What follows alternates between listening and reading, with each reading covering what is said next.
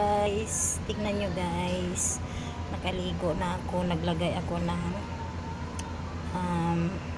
aloe vera oil yung ginawa ko. Tingnan mo, lumambot yung buhok ko guys.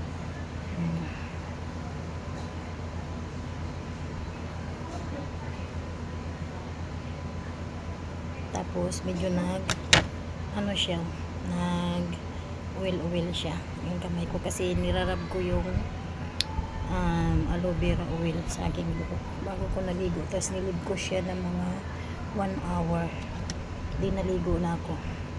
Tapos ito na guys, di na siya nagbukagay ang akong buhok, nagkalkag. Medyo ano na siya, kupos na ba. Ayan o, madali nang suklayin.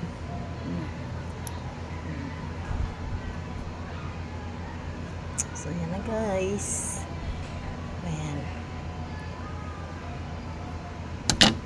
naghahanap ako ng kalutasan sa aking buhok para mag shiny at saka maglambot. So ito na, thank you for watching.